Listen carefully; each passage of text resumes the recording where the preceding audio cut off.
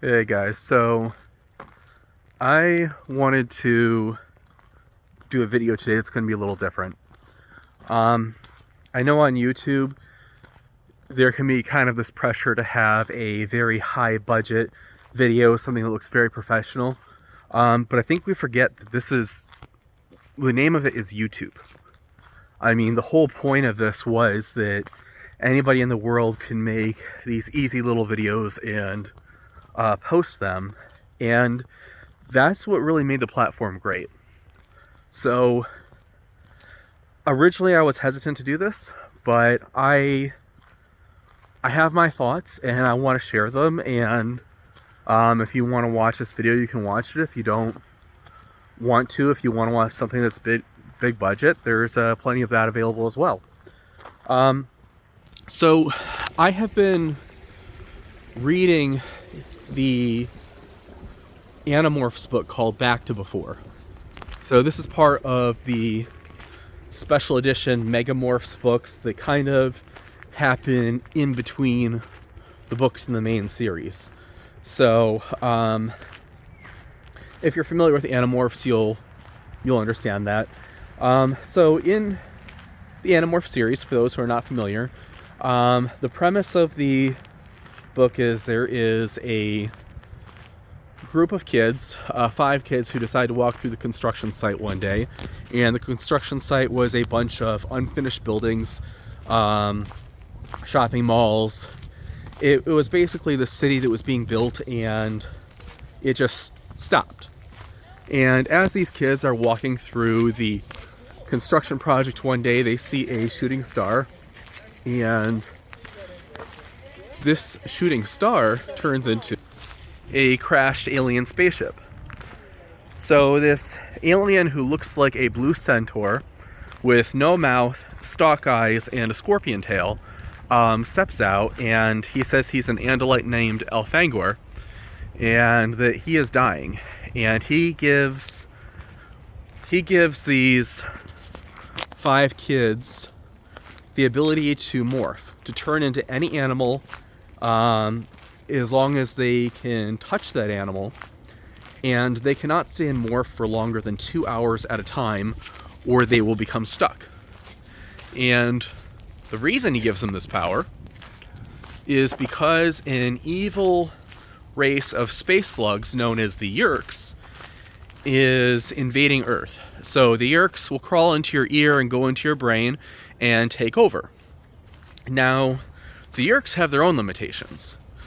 They prefer to take voluntary hosts, so they prefer to have you agree to be enslaved, and they also have to go back to the Yeerk pool once every 3 days to feed on the Kandrona rays.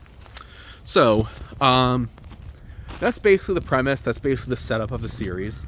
And if you're not a huge fan of Animorphs, or if you think this is going to be very young, stick with me, because I promise there will be a purpose to this.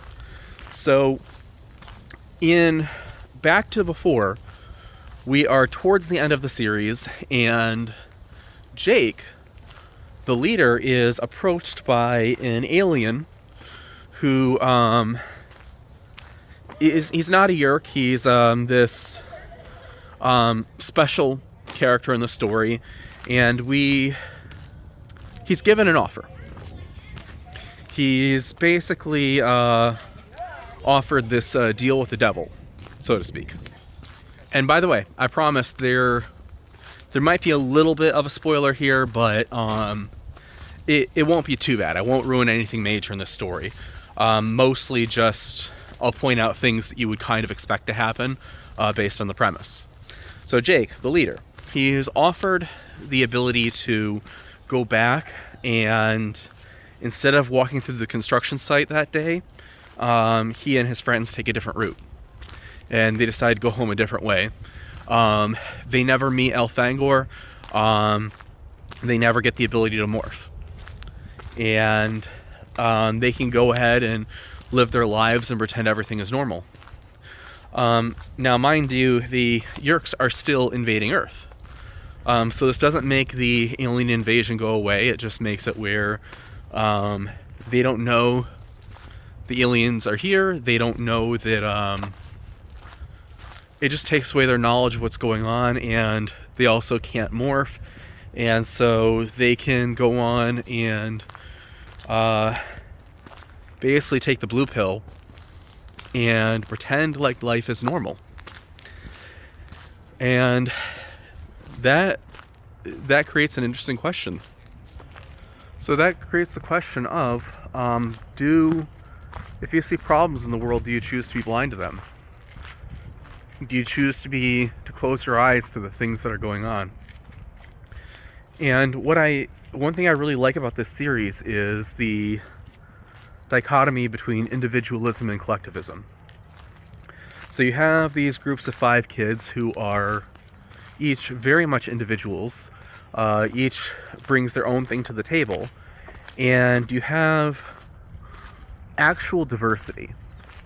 You have kids with different personalities, different talents, who you have both genders, and you have multiple ethnicities, but the thing that really brings diversity there is how they are diverse as individuals, and how each one brings their own unique thing to the table. And that's something the author did amazingly well. And of course, later on in the series, they're joined by a 6th character who is named Axe, who is the brother of the Blue Centaur, who originally gave them the power to morph. Now, in this book, an interesting question is raised. Beyond just, do I close my eyes to what is going on in the world? And that question is raised by Tobias going to the sharing.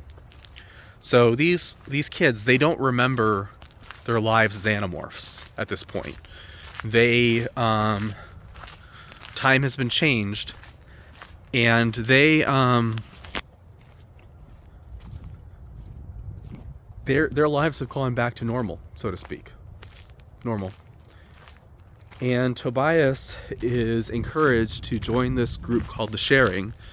And as those of us who are familiar with this series know, the Sharing is a front for the Yeerks, for the space slugs. And they seem like a Boy Scouts or like a youth group sort of thing, but in reality, the whole point of the Sharing is to get voluntary hosts for the Yeerks. And they prey on people who are vulnerable, on people who are innocent, and they start having this terminology about giving up part of your individuality for the sake of the collective. And it's very eerie when you know what the Yeerks are actually about. How they are a group of space slugs that crawls into your brain and takes over. And so Jake notices, like, hey, a lot of this rhetoric about, giving up who you are as an individual for the sake of the collective. He says, when people start talking like that, I get creeped out. I start saying, hey, I want to stay away from that. And that's something that's very brilliant. Very often I see, even in churches, we're told, hey, give up self, give up who you are as an individual. And these are things that Jesus never taught. In churches, we're often told, oh, the self is bad, and it's like, well, do you mean the soul or do you mean the flesh? Because those are two very different things. Your ultimate self is your soul. You do have to give up the things of the flesh. You have to die to the old self. However, the new self is what's being created. And I don't want this video just to be for Christians. I want this video to be for everybody to contemplate what is being said through this work of science fiction. So this commentary on who you are as an individual and giving that up for the sake of the collective, that was something that people in the 90s recognized, like, yeah, Communism is bad.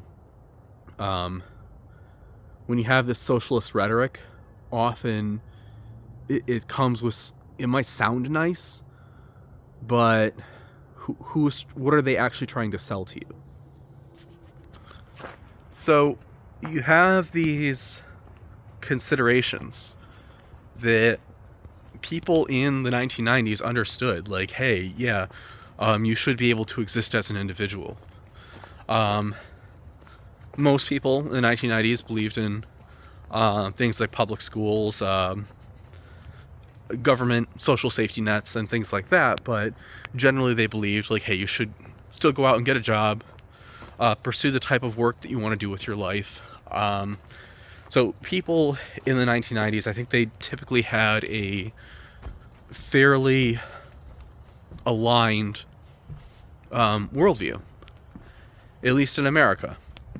And you definitely see that reflected in these sorts of stories. And in science fiction in general from that time period, we saw the Borg, which were introduced in the 1980s series, Star Trek The Next Generation. And that represented a collectivist nightmare. There was the trope, which I don't know exactly when Invasion of the Body Snatchers came out. It was probably more early science fiction, but we saw that sort of trope repeated in The Faculty, which was also a 1990s series. And, you know, the Yeerks and Animorphs follow that similar trope. So this idea of, here's this alien race that wants to force you and suck you into their collective and have you lose who you are as an individual and become their slave, where you aren't even free to say what you think. You are part of this collective, and how this was an incredible nightmare. And you can compare that to today, where you have the woke trek, where you have the idea of forming this separate faction of the Borg, where you still have this collectivism, but it's a nice collectivism, which is also very creepy if we're going to be honest about it. So there's a lot that could be said there, but the main thing I wanted to highlight, and I'm still reading the book, I'm still reading through the series, the main thing I wanted to highlight there was this whole idea of, hey, here's an organization, but you give up who you are as an individual for the sake of this collective, and how creepy that actually is, and how it might sound nice, it might be packaged in a nice way, but you actually think about it and it's like, well, if I'm part of a group of people voluntarily, I want them to encourage me to be the best version, the best individual that I can be, not to lose myself for the sake of the collective. I should be part of a group that encourages me to be a strong leader and to be a strong individual on my own, so that when I am not to be part of a hive. So there's a lot of thoughts there that I have, and I'll definitely say that I've been surprised, because I picked up the series as an adult, and I really wondered, will this hold up as much as it did when I was a kid? You know, because when I was a kid, I read a certain number of the books, and as an adult, I decided to pick them back up again and say, hey, and I was a little hesitant to, because I didn't want to ruin it. I didn't want to ruin the nostalgia and see, like, hey, this doesn't really hold up as well. But I was surprised, because the books have been even better as an adult. I know a lot of the books later in the series were ghostwritten. I think that was starting around like halfway through the series. And sometimes there's some places here and there where I'm like, okay, that writing was a little bit rough. This could have been done better. However, overall, I am definitely seeing a lot of themes that I appreciate more as an adult than than what I would have appreciated as a kid, especially in the postmodern nightmare that we're all facing right now in the West and in America. So those are some of my thoughts that I have, and if you like this video, feel free to subscribe, comment, and rate. And also check out my newsletter. My new website is gsmuse.com. That's gsmuse.com. And there you can learn about my latest science fiction works, my latest nonfiction works, and you can sign up for my newsletter. So thanks for watching this video. This is Greg, out.